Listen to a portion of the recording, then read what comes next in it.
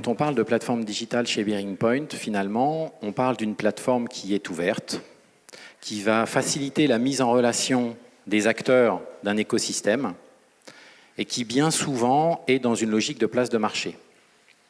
Donc, sur cette plateforme, la mise en marché de produits et de services est simple et assez rapide.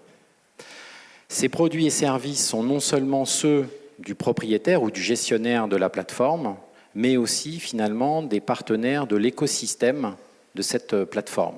Le premier enseignement, c'est que le modèle économique des plateformes, il est très souvent tiré par la puissance publique, que ce soit à l'amorçage avec des investissements ou que ce soit à l'usage.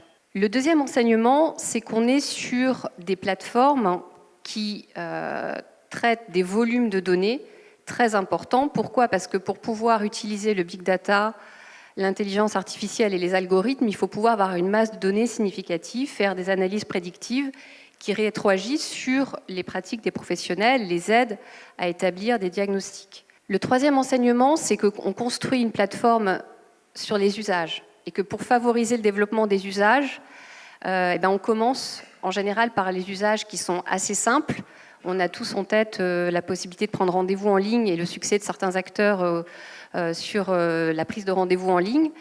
Enfin, dernier enseignement, l'ouverture vers l'écosystème, tu l'as évoqué Nicolas, on est effectivement sur des modèles de plateformes qui ne sont pas fermés et qui permettent à des acteurs de start-up ou d'autres de venir proposer des services.